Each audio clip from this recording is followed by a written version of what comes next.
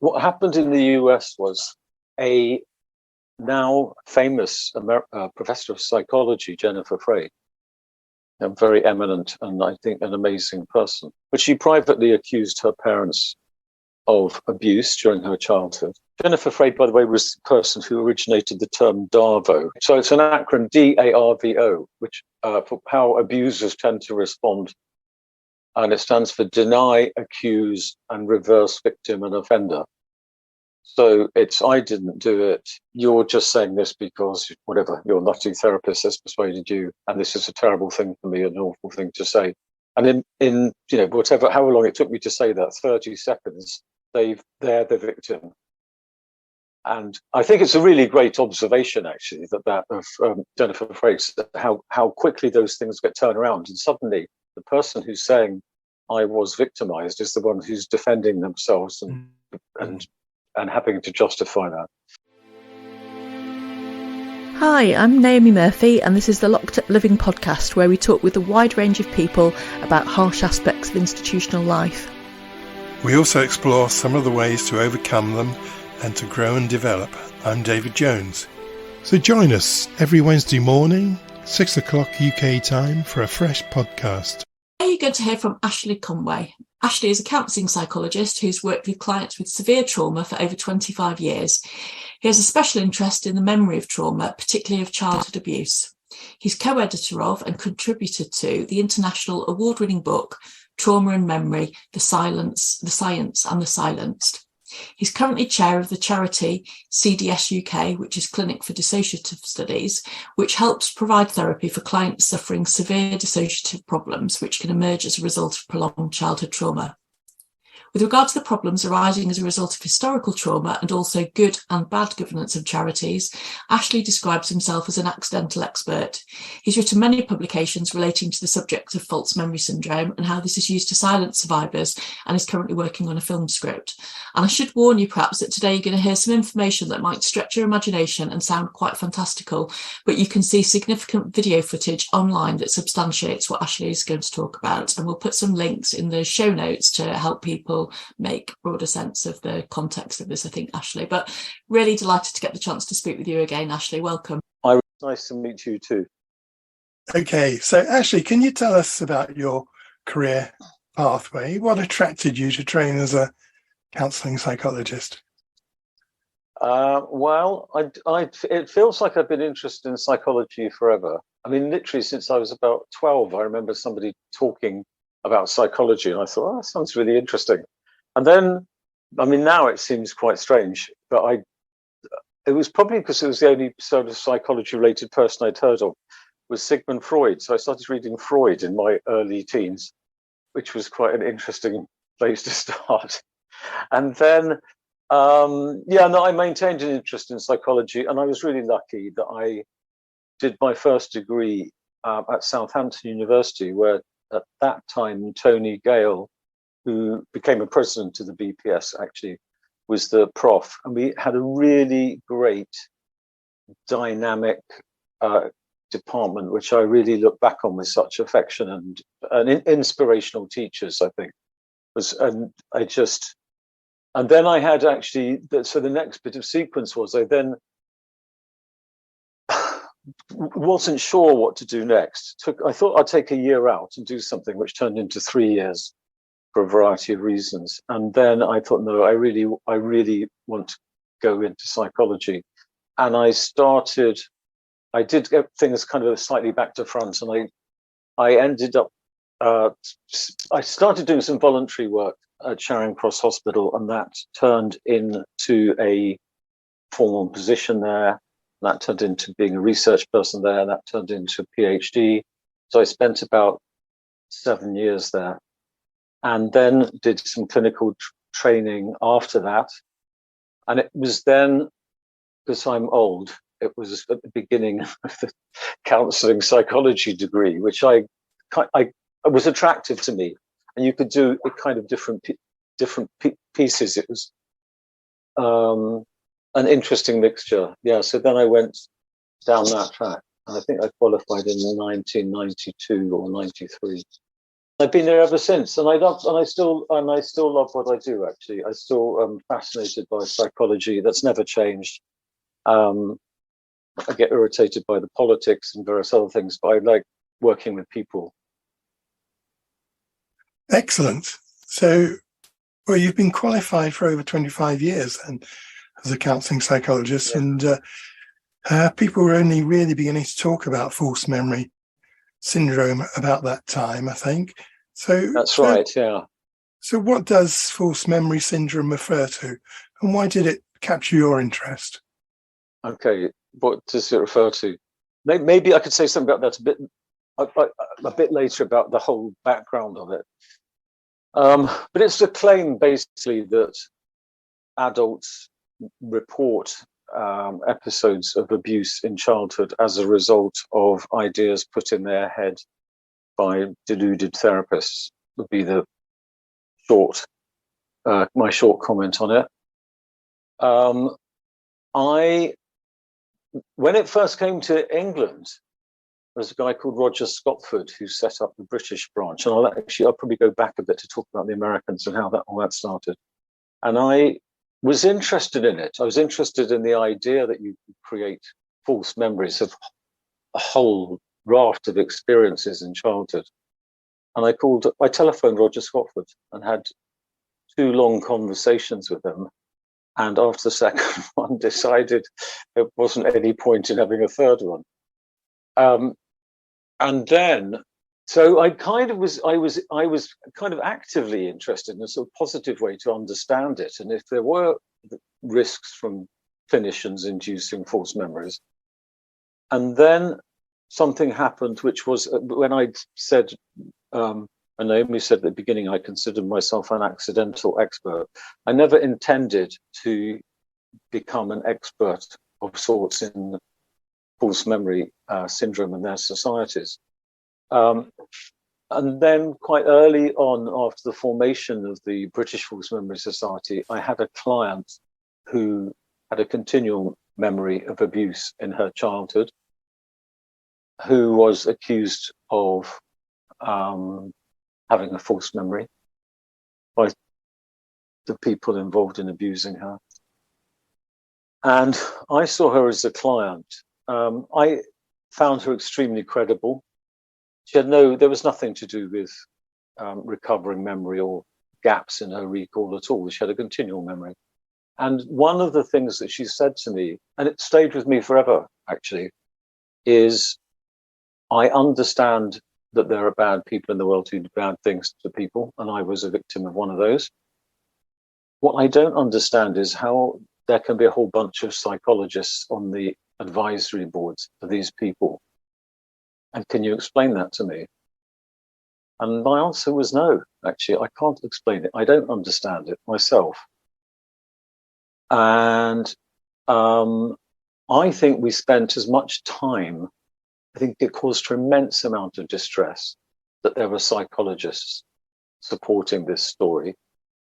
And we spent as much time talking about that as we did about the trauma that happened to her. She found it what would now be called by Jennifer Freyd, who's the person who triggered the whole false memory, who triggered the start of it, and maybe I'll go back to that in a minute, would call, she experienced what Jennifer Freyd would call betrayal trauma, where people that you rely on to be good and be kind of looking after you, like your parents or your teachers or your priests, or indeed your psychologists, actually are the ones who betray you.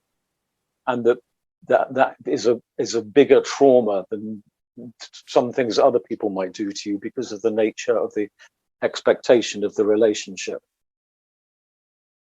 But actually, would it be helpful if I took a step back and talked about, because the British, if I talked about the history of the emergence, might be quite a useful thing to do. That would be helpful, and if you could clarify precisely what is meant by false memory syndrome as well, that would be very helpful to me at any rate. So the false. Okay, let me start with the false memory syndrome. So there is an idea that people can create certain kinds of false memories. And one of the things that's very interesting is this only seems to happen around things to do with sex. It doesn't. If we have soldiers come and see us who say, "I had this happen to me when I was in Iraq or Afghanistan," we don't really doubt it. But when for some reason, if somebody said this happened to me when I was a child, lots of people will say, "Well, how do we know that's true?" Or maybe you're imagining it, or some such thing. The false memory syndrome relies on a number of, I call it my 3 pillars.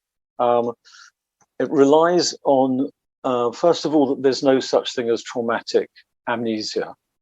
Now that's just wrong. I mean, it's just wrong. Okay. So it starts there, and that's important. And that's still a statement on the British False Memory website, that if something bad happens to you, you'd always remember it. And there's absolutely no doubt that's wrong. Okay, so it already starts from a wrong place.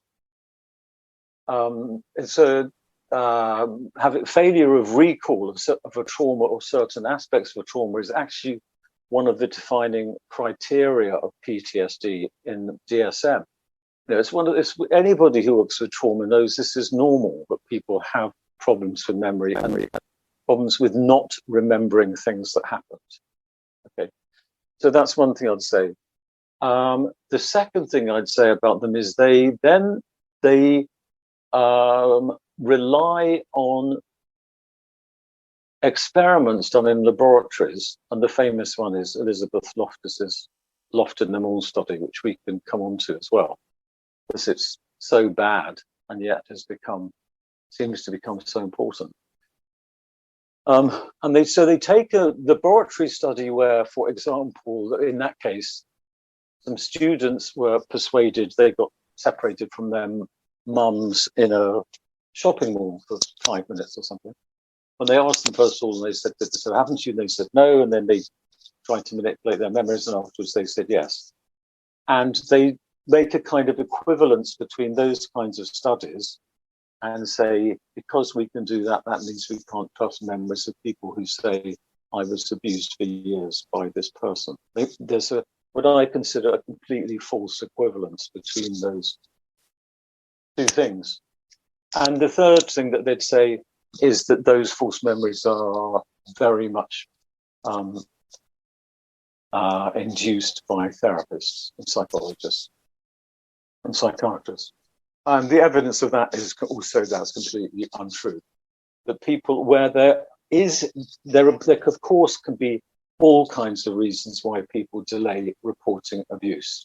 So some of them might have continual memories and choose to delay for whatever reason. And some of them might actually have periods of time when they did not recall the abuse and then do recall it. And even in that group, there's great evidence from 2 Australian studies showing that people who have had that kind of experience of a sudden recall of abuse is not most commonly triggered by therapy. It's triggered by all kinds of other things, and therapy is not the main one. It's not that it can't happen. My belief about that is people start recalling, then go to therapy, and then start talking about it. And then they'll say things like, "Well, you never said this before you went to see a therapist. Ergo, the therapist has put it in your head." So that's the kind of main structure of the false memory story. So you're saying that there's no evidence for false memories being implanted by therapists, other than in the particular circumstances that we might come on to talk about later on. There's evidence that false memories can be implanted in laboratory studies of what I would call trivial events. Okay, like, did you get separated from mummy for 5 minutes? And most of us could probably imagine that's possible, right? So you persuade people something happened that would be vaguely possible, and then make this massive leap to saying, therefore, you could imagine anything else. They compare it to alien abduction and things like that. It's like, I don't think you can persuade me I was abducted by aliens. You might persuade me I was separated from my mum for a few minutes in a department store or something. I don't see any equivalence between those 2 things. So does that answer your question? I'm not sure if it does. Yeah, I'm slightly clearer. Okay. So you've mentioned Elizabeth Loftus. Yeah. Is there any more you can say about her? Yeah, there's a lot more I could say about her. Where do you start? Okay, so Elizabeth Loftus is a psychologist who came in the very early days of the false memory, of the American false memory movement. She's had numerous ethics complaints made about her, which she's managed to evade each time. There's a former president of the American Psychological Association, Gerald Kuchar, many years later said that Loftus was tipped off about an ethics complaint, 2 ethics complaints actually, which were about to be investigated. Loftus she resigned from the APA very suddenly just before that investigation started, which means it never took place. And she's repeatedly denied she was warned that was happening. She's made that denial under sworn oath, which means some people would say she's perjured herself. And Kuchar, who would seem to me to have no other agenda than wanting to tell the truth about 20 years too late, has said that he was told she was warned. So she resigned. She's dodged ethics complaints all over the place. And there are lots of, she's moved universities to avoid another ethics investigation. On her TED talk, in her TED talk, she puts up in lights the name of a client who was promised anonymity, which was probably an act of vengeance because the person had a story which didn't fit with her narrative. And as you probably know, she's a celebrity psychologist, and she's not doing so well at the moment, having tried to defend Cosby and Weinstein and so on. And she's by her own account, has made millions out of using a false memory account to discredit people reporting abuse, both children and adults, actually. Wow. So that's fascinating, although I believe anything you say about anything that's happened in the United States, frankly. Yeah. And actually, I'd recommend anybody read the Lost in the Mall study. I was just checking before I came on the call. It's published. What's quite interesting is everybody seems to think they know about it, and hardly anybody's read it. It's 5 pages. It's published in a slightly obscure journal, and it's really bad. I mean, I have been an external examiner for the counselling psychology, for this. It's a research part of the counselling psychology qualification, and I think I'd fail it if that was shown to me as a piece for somebody applying for their chartered counselling psychology qualification. It was a D Psych now, isn't it? I mean, it's really that bad. It's really worth reading because it's so bad, actually, and it's just amazing to me how. Well, it's an amazing example of what the false memory people have is a fantastic PR machine. And it's how you can take something that's really, really not good and somehow create a whole story around it and what it means. And that's what they've been brilliantly successful at. And we as psychologists have been hopeless at combating that sort of the use of media and the PR job.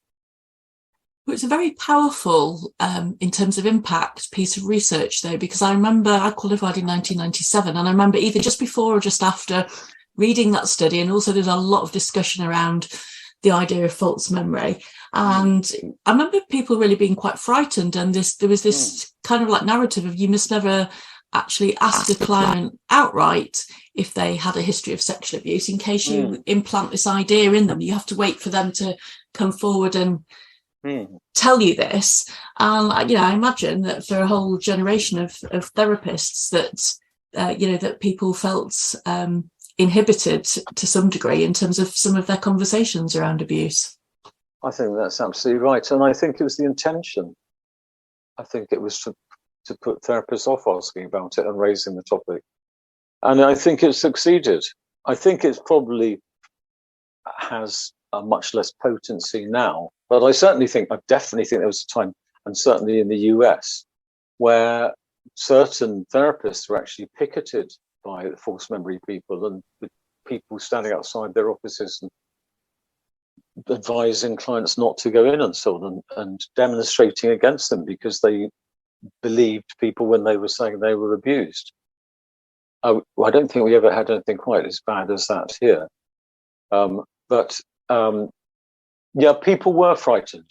And I definitely remember certainly the beginning of it, the end of the 90s, therapists being very put off working with people who reported abuse for those kinds of reasons. They were frightened they'd be accused of inducing false memories. Thank you.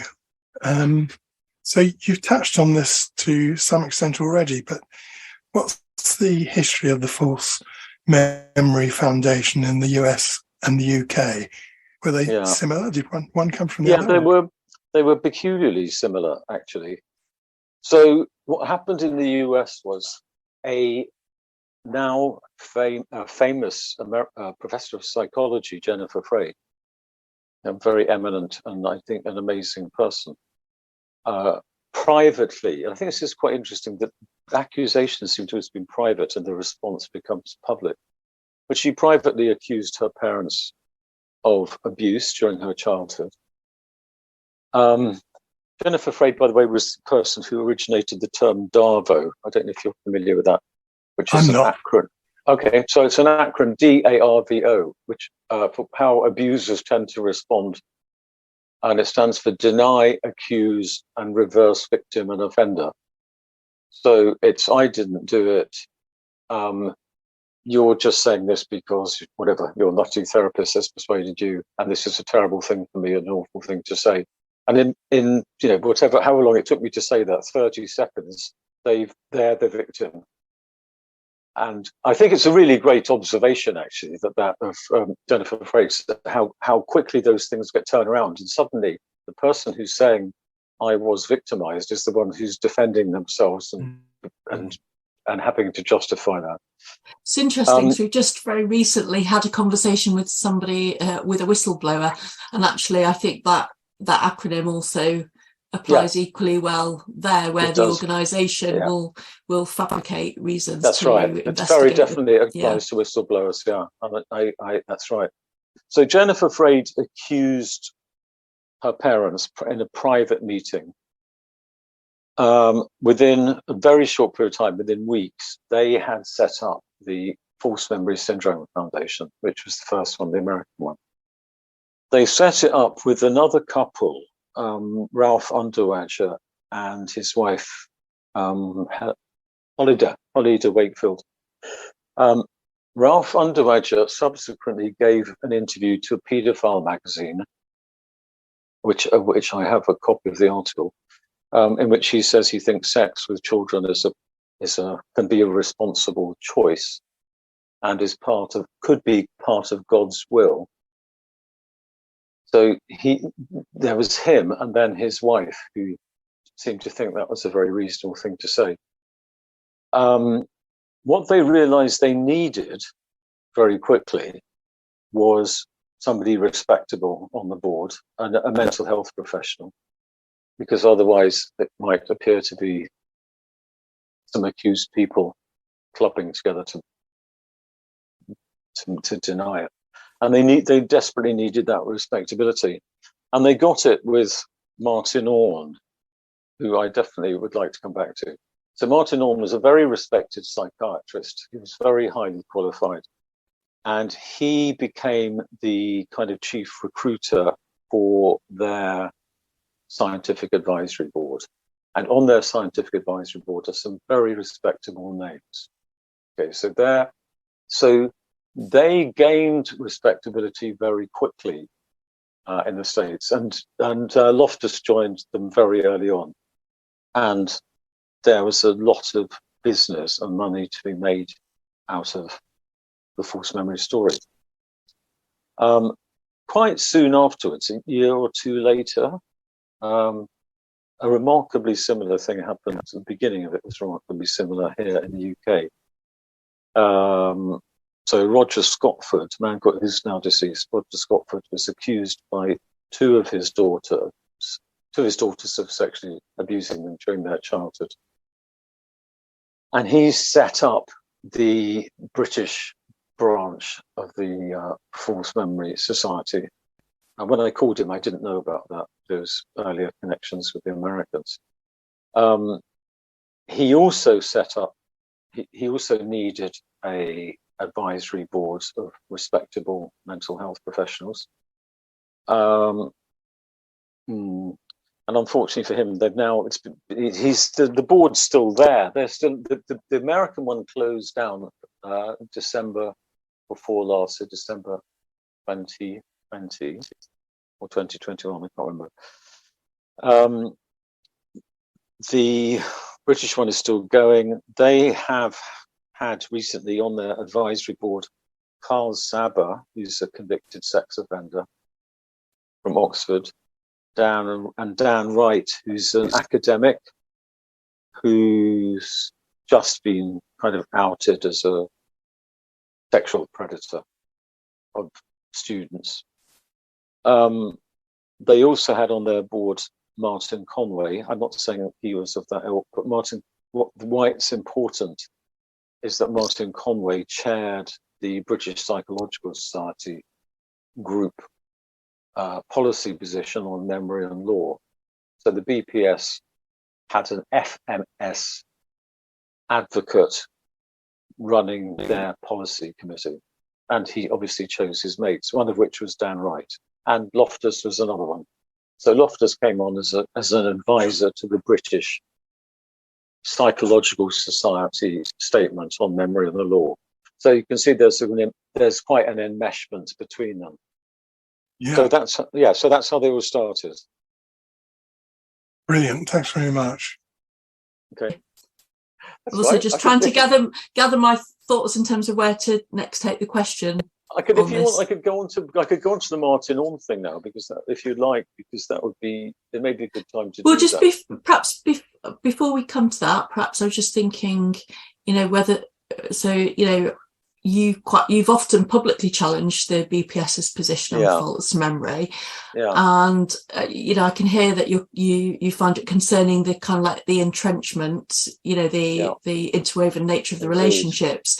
But I wonder how do you think the BPS should have? How did they end up in this position? That what should they have done?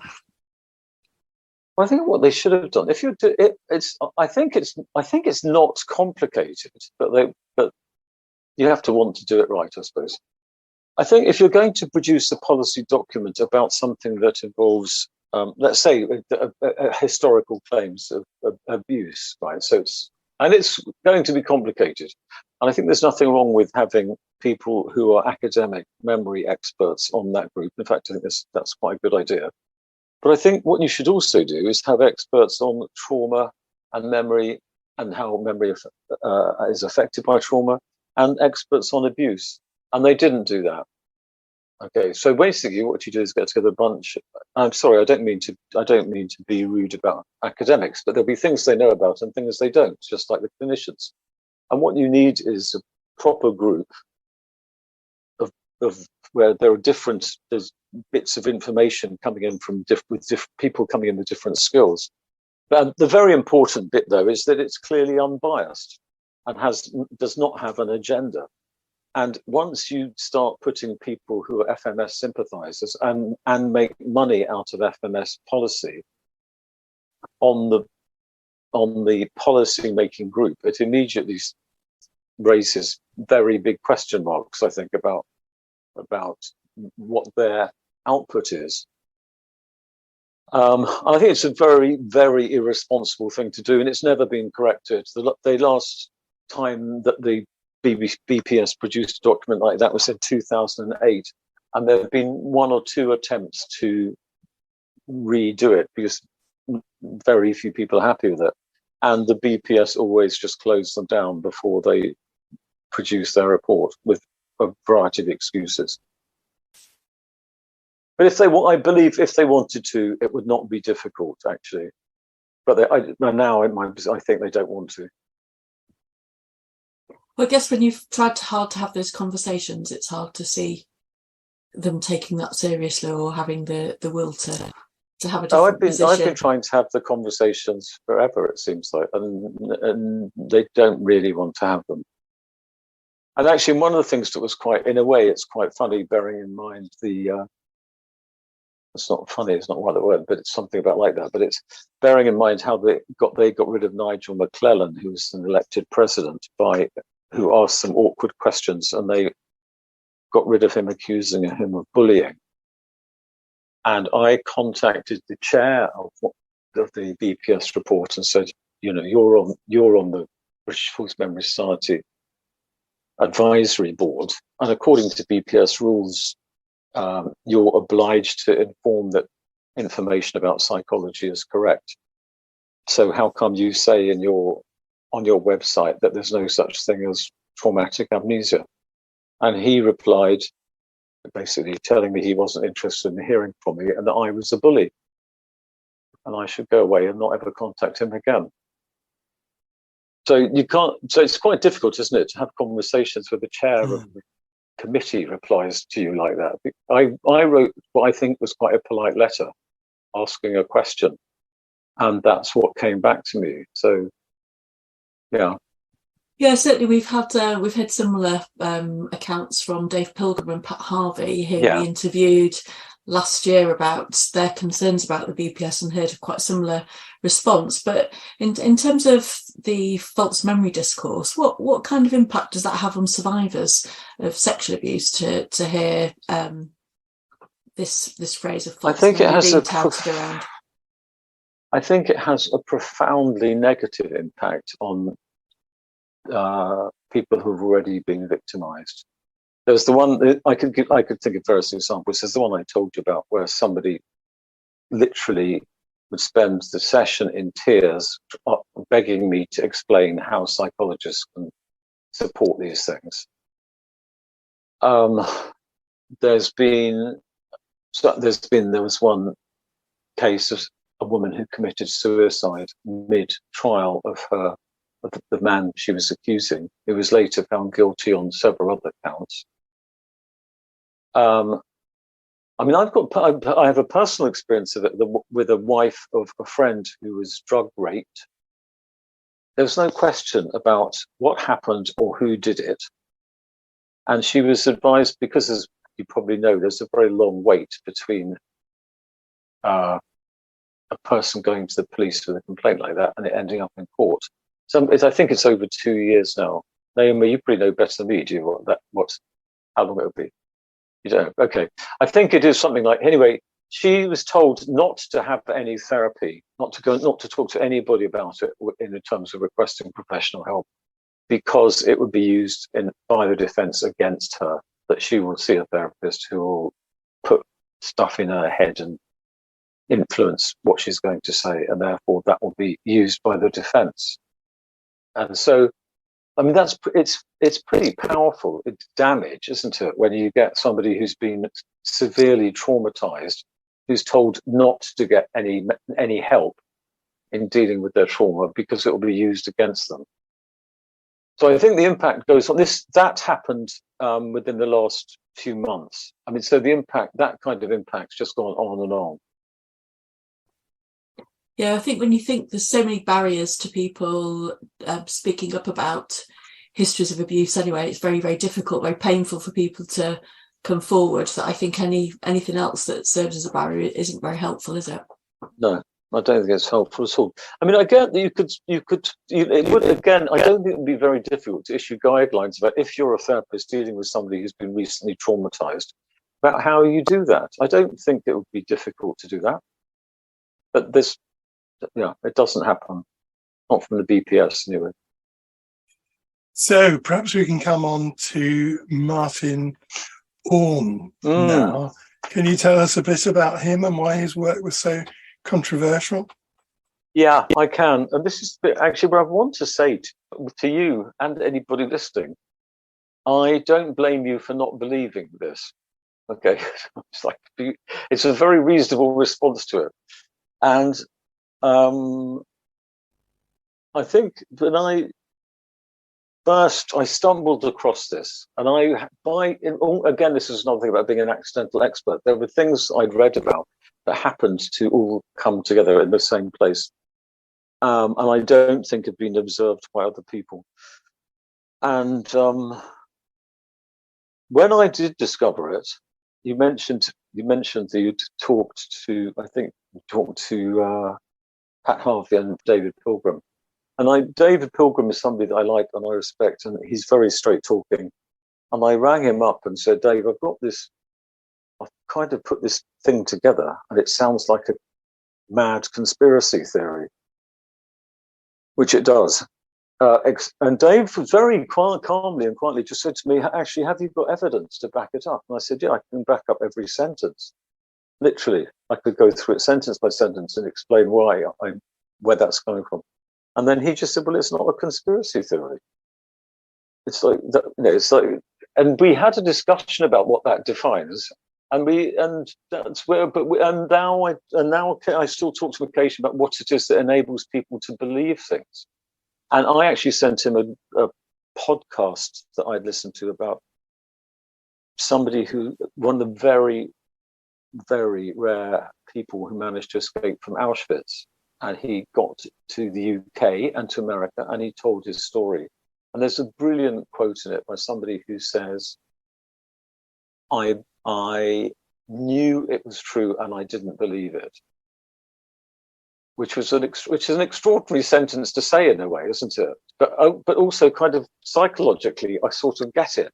It's like it's something that's so overwhelming to your mind that you just can't process it.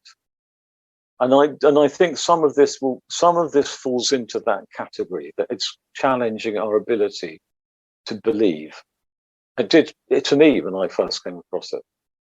So I don't blame that happening to anybody else, and I don't actually mind at all anybody if they want to ask me specific, questions about any of it. It's absolutely fine, and it's fine to go and check the facts. And I will try hard to distinguish between what is certainly true and how I interpret that.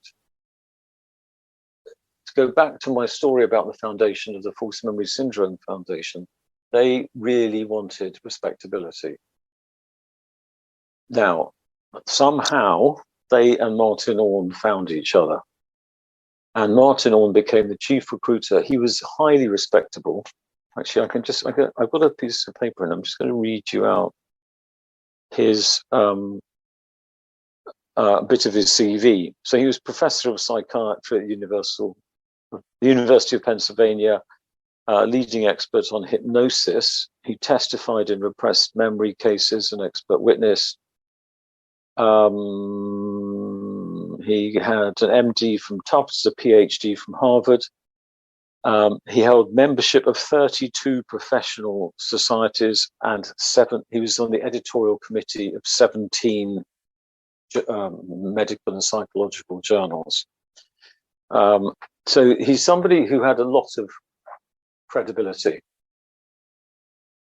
And in fact, I have on my shelf, because I actually, by chance, had read some of his work. I probably read it in the early 90s, but he was written in the mid 80s or so.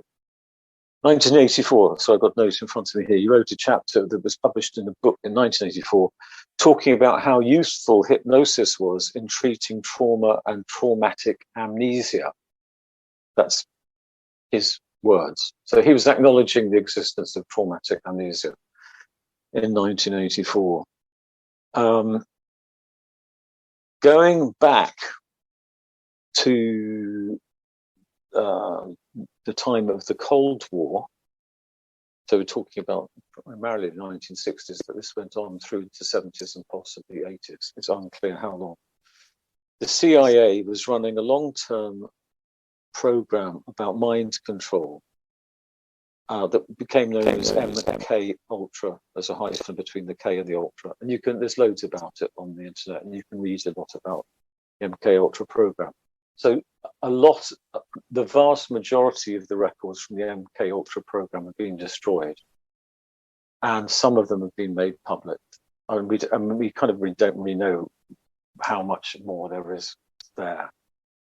So it started in the 50s, and it went in at least until the mid 70s. It may have been more. The program didn't become public knowledge until around sometime in the mid 90s. Okay, so it all became public around the same time as the formation of the False Memory Syndrome Society. And it became public because of a congressional investigation into illegal CIA activity in the US around the world. And that, I think Naomi's got the reference for it, where she can put up that. I think it was Bill Clinton organized the congressional investigation. According to the sworn testimony of a number of people in that investigation, which is available online in video form, so you can see it in court or in a legal setting. Martin Orne was the head of the MK Ultra, what was called the Institute for Experimental Research. Now, one of their areas of research, which probably won't be too surprising to people, was the use of what they called honey traps, where they would use prostitutes to have sex with men that would be secretly filmed and then used as a tool of blackmail. It doesn't seem any doubt at all that happened. And it's, as I said, it wouldn't, on its own, that didn't surprise me. The next bit is where it gets into the realms of the unbelievable. Because then what could be more powerful? What could be a more powerful tool of blackmail? The answer was filming a man having sex with a child. So according to the sworn testimony in those explorations from the presidential inquiry, Orne recruited many girls under 10 into the program. There were also boys recruited into the program. I don't know why there's more data on the girls, where they were taught, and I'm quoting directly from it now, how to please men. And they were abused in numerous ways. I'm not clear from what I've seen and read whether Martin Orne was himself personally engaged in these sessions about how to please men. There are reports that his daughter accused him of sexually abusing her. I don't know I have no idea whether that's true. The bit that does seem to be beyond much question is that Orne believed that he could exert total control over the girls' minds. As per, if you've seen The Manchurian Candidate and all the kind of really wacky CIA stuff, the men who stare at goats and all that stuff, about how you use mind control to get people to do things either they wouldn't otherwise choose to do, or that they have no recall of having done it. So he was deeply involved in effectively experiments in memory of how you get people to forget traumatic events. And there's some evidence that some of the people, not surprisingly, who were put through that program suffered severely psychologically as adults as a consequence of that. And certainly one of the American homegrown terrorists, the Unabomber, seems to have been one of the young men who was part of their experimentation. McVeigh, you mean? Sorry? Do you mean McVeigh? Yeah, Timothy McVeigh. Yeah. Mm-hmm. Yeah. So he had, as you know, he had a grudge against universities. That's for, I think, the UN bit of, I think, airlines. I'm not quite sure where the airlines thing came from. But he sent nail bombs and things to universities, didn't he? So can I just check something with you, Yeah. Ashley? So you're saying that the experiment was to persuade young girls and young boys to engage in sexual acts and then not to remember it. So yes. did they actually have young people out in the field, as it were? What, did they then put the children out in the field? Yes. Well, I presume so. That wasn't talked about. I didn't see that in the evidence that was presented. It was just talking about what was done to them by the CIA. Right. I presume that was the ultimate intent. Sorry, I would just want to say, when I was talking about the Unabomber, I wasn't saying he necessarily had that particular experience of sexual abuse, but it may have been something else. But it was definitely a mind control. He was involved in mind control things, about getting people to do things that they don't want to, using some quite unpleasant techniques to induce fear, principally. So Orn, it appears, was quite confident in the fact that he was successful in inducing indefinite amnesia in the children he put through his program. And unfortunately for him, what happened was some years later, which might have been 20 years later, and these women got into their 30s, they started talking about it. And this gave Orn, they started having flashbacks, and it gave Orn a big problem about how to account for, how do you account for this, all these people suddenly talking about stuff that was done to them, sexual violence committed on them. So it was what I would call, and this might become relevant later on in the conversation about the false memory stuff, it's what I would call what he was doing was creating a false negative belief, a belief that something did not happen that did actually happen. Okay, so and we'll come on to the difference between the false negative and the false positive. So then, at roughly the same time, the false memory syndrome was emerging in the States. The False Memory Syndrome Foundation, to give it its correct title. And they had something quite big in common there then, which was they were both trying to find ways to deny reports of sexual abuse. And actually, the other thing that's important to say about what was happening in America, and it varies state by state, so it gets quite complicated, was there was a statute of limitations, which means how long after the event can you claim a criminal offence, was being appropriately adjusted for people who were children when the offence occurred. So if it had been 7 years, let's say, so if a child was 8 when it happened, it meant they only had up until 15 to disclose it.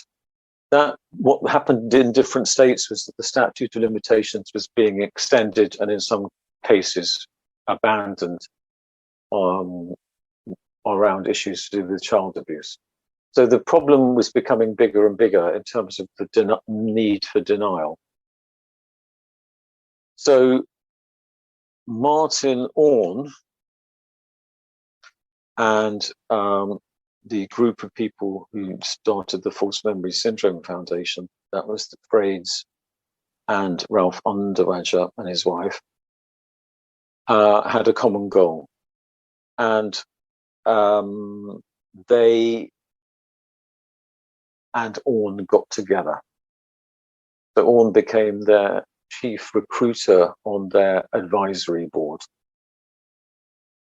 And what they then started to talk about, that's when I say this thing about the importance of understanding the difference between a false positive and a false negative memory.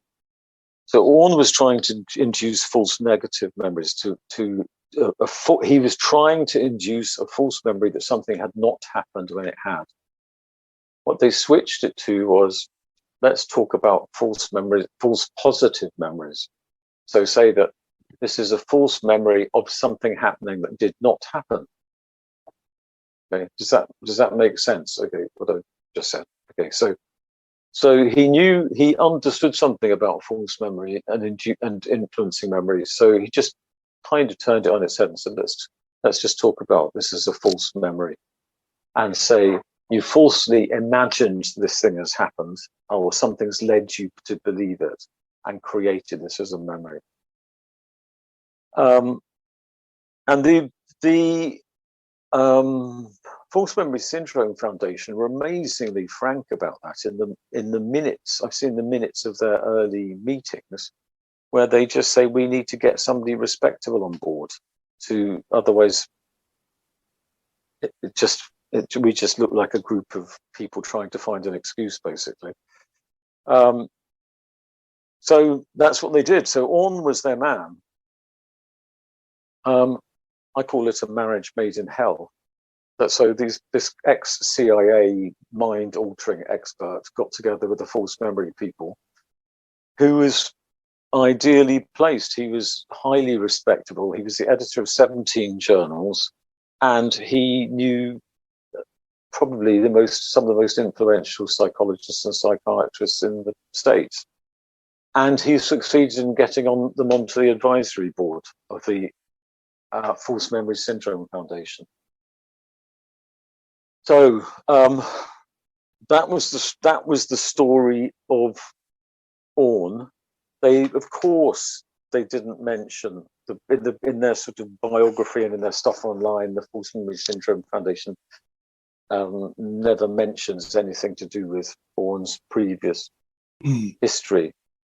What was one of the things that was quite interesting to me was the false memory people have become rapidly, on both sides of the Atlantic, probably everywhere in the world, rapidly anti-hypnosis, which is kind of curious that Orn was saying that's quite a good way of uncovering traumatic amnesia. Not very many years before, suddenly decided this was a really terrible idea and it shouldn't be done at all. Then soon after him, Loftus came in. She was a very good kind of public face of the organization. She likes publicity. She's made millions out of expert witness work. And she's very good on TV, and she became a kind of celebrity defendant. So they got, what they seemed to be very good at was manipulating the press. So they changed the public's perception of what it meant when people accused historically. In 2019, it was December 2019 that the American False Memory Society closed down, which was quite fast in the wake of Jeffrey Epstein's death. I don't know if that's a coincidence or not, but as we know, he died by whatever means in prison. And then within a couple of months, the American False Memory Society closed down. And the British one is sort of limping along now. It's struggling to survive financially, but it keeps going. That's where we are. Thank you. That is fascinating. It all sounds slightly scary, believable, but scary to me. And with all this kind of involvement with, this highly covert US operations, do you ever worry about your own position? Not really. No. I've had, let's say, a caution rather than a threat, which was actually, ironically, from a senior member of the British Psychological Society, who said to me, "What you're doing is very dangerous." It was a telephone call, actually. And I said, what does that mean? And he said, people get murdered over things like this.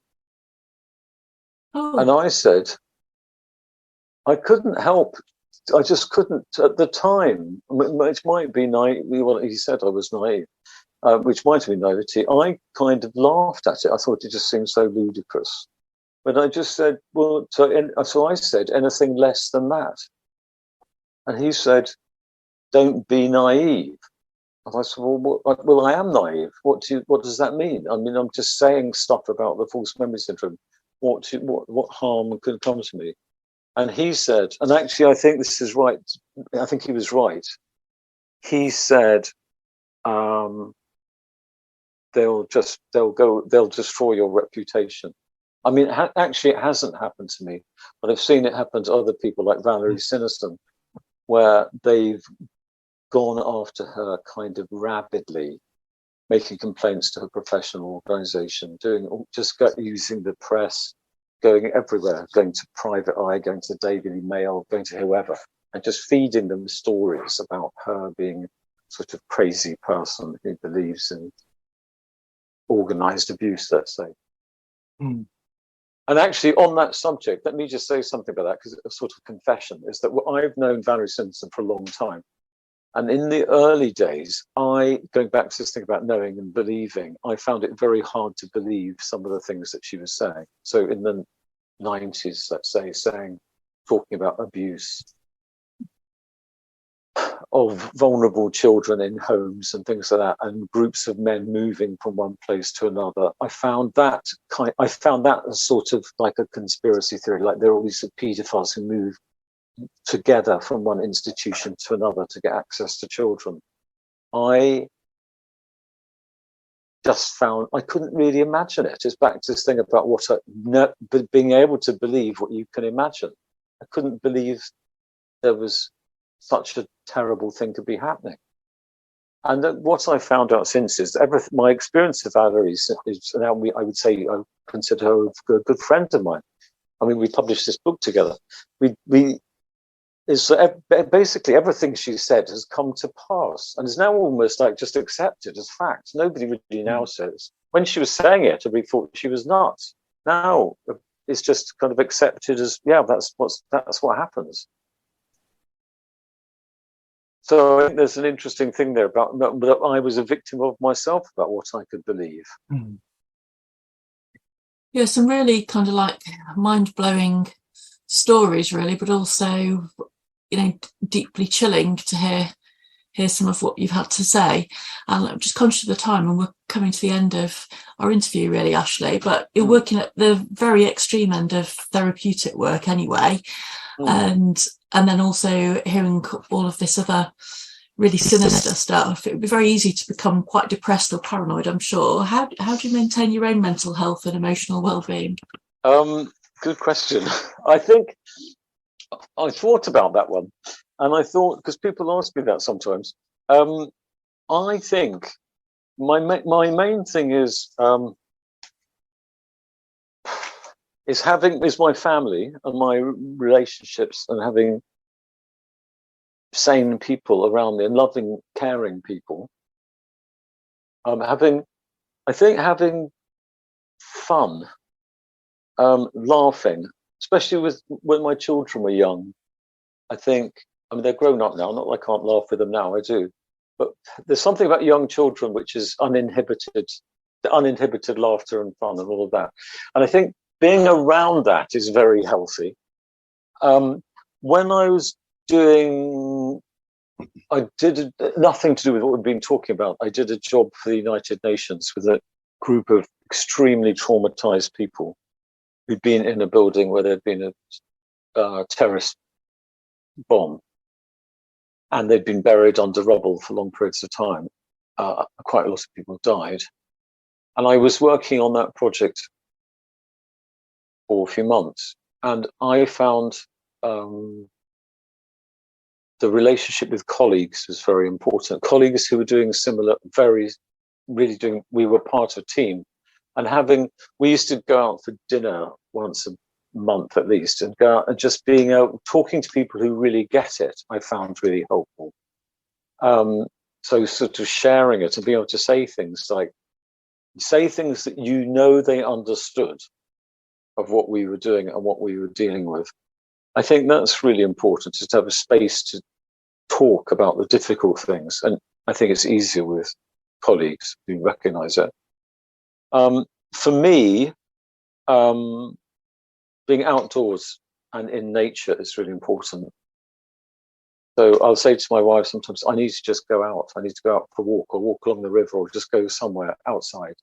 And she knows it's like, okay, it's like, well, if I said we're going to do some job in the house, I said, no, I need to go out.